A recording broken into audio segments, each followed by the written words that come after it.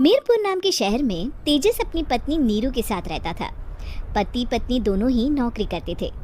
एक दिन तेजस गांव अपनी माँ के पास फोन करता है। हेलो, प्रणाम माँ। जीते रहो माँ, तुम दादी बनने वाली हो। अरे वाह, ठीक है बेटा, मैं कल ही आती हूँ। जब माँ जी शहर पहुंची तो बेटी बहू ने बहुत अच्छे से स्वागत किया। लीजिए माँ जी चाय। अरे गर्मा गर्म पकोड़े ले आओ माँ के लिए। नीरू रसोई में गई और 2 मिनट में ही पकोड़े ले आई। जी ये लीजिए।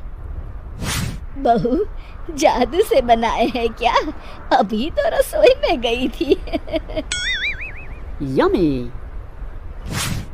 माँ जी, शीला रसोई में पकोड़े तल रही है, मैं बस लेकर आई। हे भगवान, मेरा धर्म भ्रष्ट कर दिया तूने। अब तो गंगा जल से शुद्धिकरण करना होगा। दूसरे दिन, माँ जी मैंने नाश्ता बना दिया है, ऑफिस जा रही हूँ। पर अभी तो घर का सारा काम पड़ा है। शीला आती ही होगी, झाड़ू पोछा बर्तन कपड़े वो सब कर लेगी। हमारे जमाने में घर का सारा काम हम ही करते थे। जी माँ जी, आप बहुत होशियार हैं, मैं घर ऑफिस दोनों नहीं संभाल पाती। तो जरूरत क्या है घर से बाहर जाकर चाकरी करने की? वैसे भी घर का काम खुद करने से घर में बरकत आती है, समझी? पर माँ जी। पर वर कुछ नहीं, इस महीने की पगार मिले फिर ऑफिस बंद है। हाँ। रात को नीरू तेजस से कहती है, सुनिए जी, माँ जी बोल रही थी कि मैं नौकरी छोड़ दूं। वैसे ठीक ही तो है, अभी तुम्हें आराम की जरूरत है। फिर भी आराम कहाँ, शीला को छुड़ाने के लिए बोल रही थी। तो अब 24 घंटे में इतना काम तो कर ही सकती हो। पर जॉब पसंद है मुझे, घर पर मन नहीं लगेगा। अगले दिन जब दोनों ऑफिस के लिए निकल रहे थे, मेरी तो कोई कीमत ही नहीं है इस घर में। माँ जी, आजकल महंगाई बहुत है, रहन सहन भी बदल गया है, दोनों नौकरी करते हैं तभी ठीक रहता है। अच्छा, तू कहना क्या चाहती है? मेरा बेटा तुझे बिठा के खिला नहीं सकता? तू ही इस घर का खर्च चला रही है, हैं?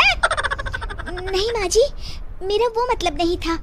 मतलब खूब समझती हूँ, ये बाल धूप में सफेद नहीं किए मैंने। हाँ। अब तो ये रोज का काम हो गया था। तेजस भी रोज की झिकझिक से परेशान हो गया था।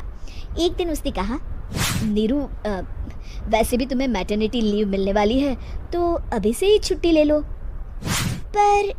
पर क्या, मेरी सैलरी अच्छी खासी है। आखिर नीरू ने रिजाइन कर दिया। जब बच्चा हुआ तो घर में सब बहुत खुश हुए। कुछ दिनों बाद तेजस फाइल देख रहा था। क्या हुआ तेजस, कुछ परेशान लग रहे हो? हाँ, वो हमारी जितनी सेविंग्स थी वो तो हॉस्पिटल में और छठी के फंक्शन में खत्म हो गई है नीरू। और अभी वैसे मंदी चल रही है तो मैं बोल रही थी कल मुन्ना को हेपेटाइटिस का टीका लगवाना है। नीरू, क्या पोस्टपोन नहीं कर सकते? नहीं जी, बिल्कुल नहीं। अब तेजस को समझ में आ रहा था कि उससे गलती हुई है। पैसों की कमी का असर घर के माहौल पर भी पड़ रहा था। अगले दिन, बेटा मेरा चश्मा और ये दवाइयाँ ले आना, पर्चा देते हुए माँ जी ने कहा। जी। तेजस, मुन्ना के लिए दूध का डिब्बा और डायपर भी ले आना, और ये किराने के सामान की लिस्ट है, इसे भी लाना है। तेजस गुस्से में लिस्ट मरोड़कर फेंकता है और चिल्लाता है, पैसे क्या पेड़ पर उगते हैं?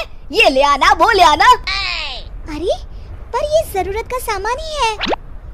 वो गुस्से में बिना कुछ कहे ऑफिस चला गया। अरे अरे लंच तो ले जाइए। नीरू दौड़कर डिब्बा पकड़ाती है। एक दिन खाना खाने के बाद, नीरू, अब तो मुन्ना कुछ बड़ा हो गया, तो अब तुम वापस ज्वाइन कर लो ना जॉब।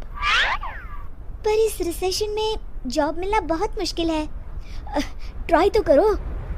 फिर मुन्ना? माँ जी है ना, और एक फुल टाइम मेड भी लगा लेंगे। पर माँ जी, उन्हें तो पसंद नहीं।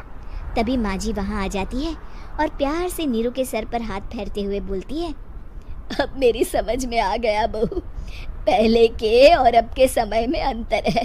तुम काम शुरू करो, मुन्ना की जिम्मेदारी मेरी। मेरी प्यारी माँ जी। ये कहकर नीरू उनके गले लग गई। शिक्षा, परिवर्तन संसार का नियम है, हमें भी समय के साथ चलना चाहिए। उम्मीद है कि आपको हमारी ये कहानी पसंद आई होगी। कृपया हमारे चैनल को सब्सक्राइब करें और सभी अपडेट्स के लिए बेल आइकन जरूर क्लिक करें। और हाँ, वीडियो लाइक और शेयर करना मत भूलिएगा। Bye bye.